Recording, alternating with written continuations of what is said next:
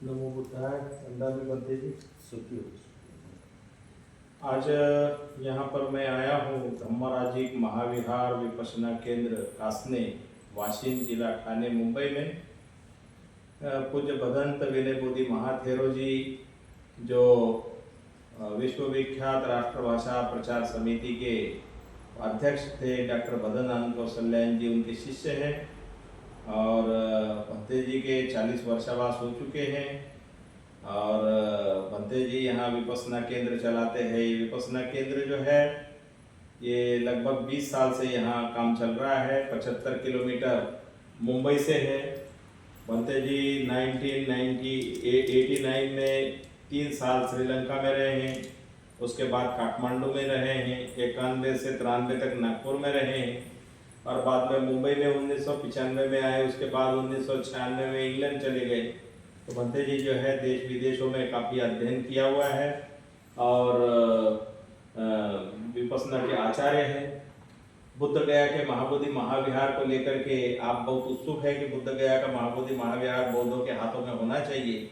आपने अभी भी जो 2 दिसंबर को मुलाकात हुई तो आपने कहा कि आंदोलन तेज होना चाहिए और सभी लोग इसमें जुड़ना चाहिए। तो उसी संबंध में मैं भंते जी के विचार जान रहा हूँ, उसी के लिए आया हूँ। क्योंकि ऑल इंडिया बुद्धिस्ट फोरम अभी 1 साल 8 महीने से लगातार सक्रिय होकर के काम कर रहे हैं और जो बंगाल में बुद्ध जयंती की छुट्टी नहीं थी वो छुट्टी मिली क्योंकि सभी लोगों की एकता की वजह से मिली, सभी संगठनों को एक करने की वजह से मिली। ऐसे ही सभी संगठन जो भी अपने अलग अलग बिखरे हुए हैं, तमाम लोग ये बुद्ध गया की इशू पर इकट्ठा होकर के आके और हमारी जो मांग है महाबोधि महाविहार जहाँ तथागत बुद्ध को ज्ञान प्राप्त हुआ वो स्थान, उसकी व्यवस्था बौद्धों के हाथों में हो और जो पुराना बोध गया टेम्पल एक्ट 1949 है वो खत्म हो और खत्म होकर के पूरी मैनेजमेंट बौद्धों के हाथों में हो। इसी को लेकर के हम लोग सक्रिय होकर काम कर रहे हैं। तो एक शोकांतिका है कि तमाम धर्म के लोगों के स्थान अपने अपने संचालन करते हैं, लेकिन बौद्धों के साथ में बहुत बड़ा अन्याय है कि ये बौद्धों का स्थान होकर के बौद्ध लोग उसकी कमेटी में नहीं है और है भी तो नाम के लिए और दिखावे के लिए, जो वहाँ पर उनको कोई अधिकार बोलने की कोई स्वतंत्रता नहीं है और दान का भी सदुपयोग नहीं है। इसी संबंध में भंते जी से मैं अपने विचार जानना चाहता हूँ, आप बताइए भंते जी।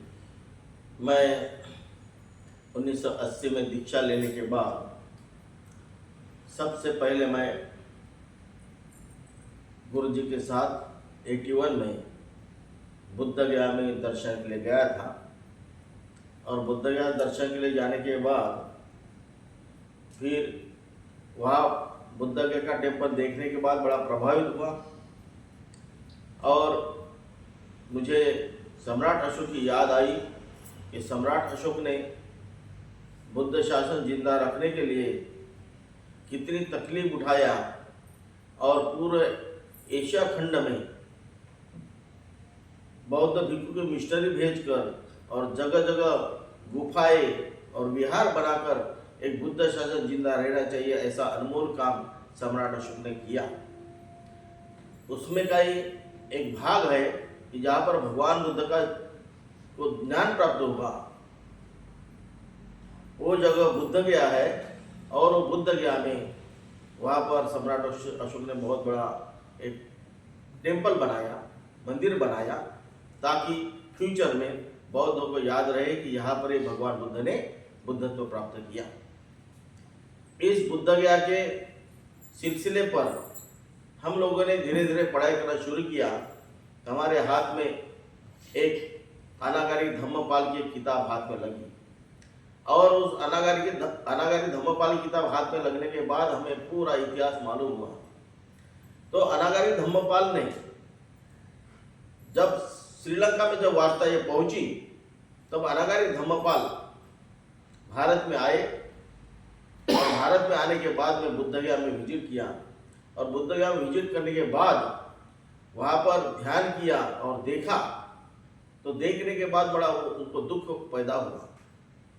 भगवान बुद्ध की मूर्ति जो है उसके सामने लेवी पीढ़ी उस समय में थी और वो देखकर बहुत बड़े दुखित हुए और वो मंदिर एक पंडित के हाथ में उस समय में चलाने के लिए दिया था। मगर कुछ दिन के बाद